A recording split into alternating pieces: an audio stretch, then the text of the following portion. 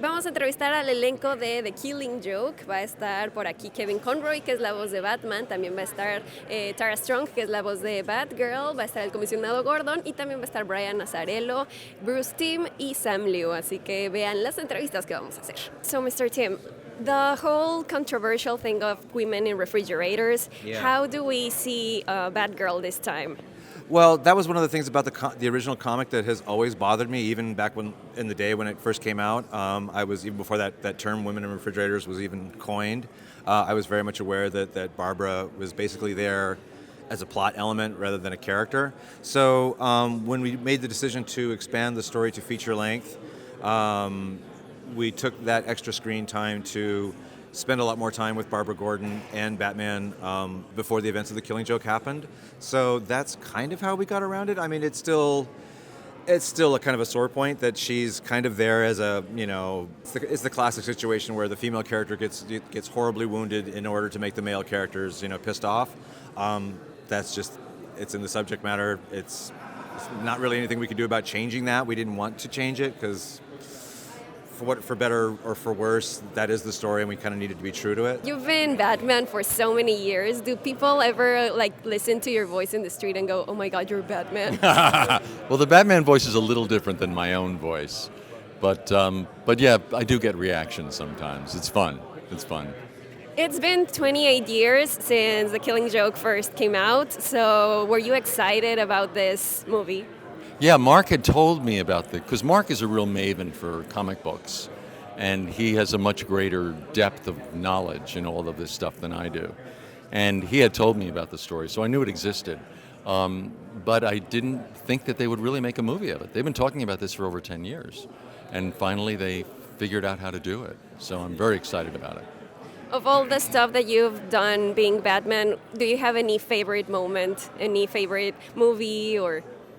I always loved this Perchance to Dream and Dreamscape were two episodes from the original series I loved. And the first movie, which was Mask of the Phantasm, I think is a great Batman movie because it tells the whole backstory of how Batman comes into being. I've always loved Mask of the Phantasm. Have you had any favorite moment playing Batgirl?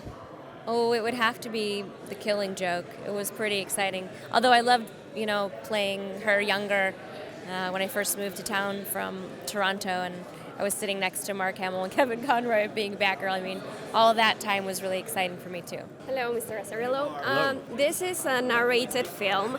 So was there any particular scene that you thought of including that didn't make it in the final cut? No, it all made it in. And once I knew we had an R rating, or that's what we were going for, I really pushed the envelope as far as we can add another R-rated scene, if we're going to have it, I didn't have to pull any punches. So, Mr. Weiss, Yes. This is one of the most dark and twisted stories for Commissioner Gordon. So was there any particularly difficult scene to make?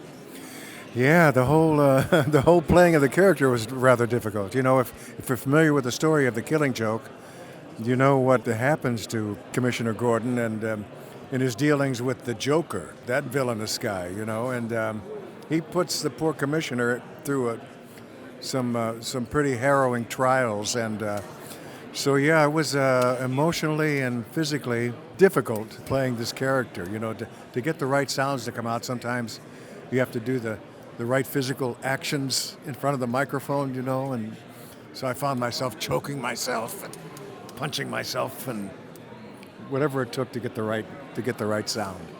And how was it working with Kevin Conroy and Mark Hamill after so many years doing Batman and Joker? Well, Kevin will always be Batman for me. All he has to do is open his mouth and say one or two words, and he's everything that I want Batman to be. He's the image of Batman in my head.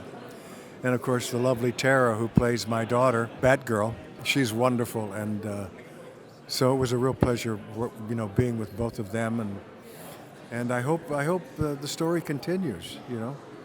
I hope that we go on. How does this movie complement the original work?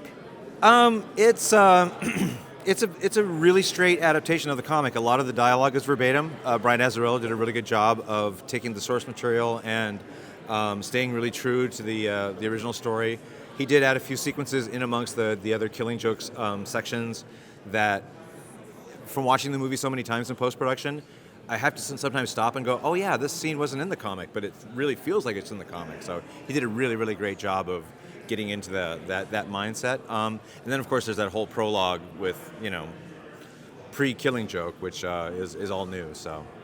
And the parts that you included, the new parts, do you think that Brian Boland and Alan Moore will like them? I don't think Alan Moore will ever see it. I'll ask Brian next time I see him.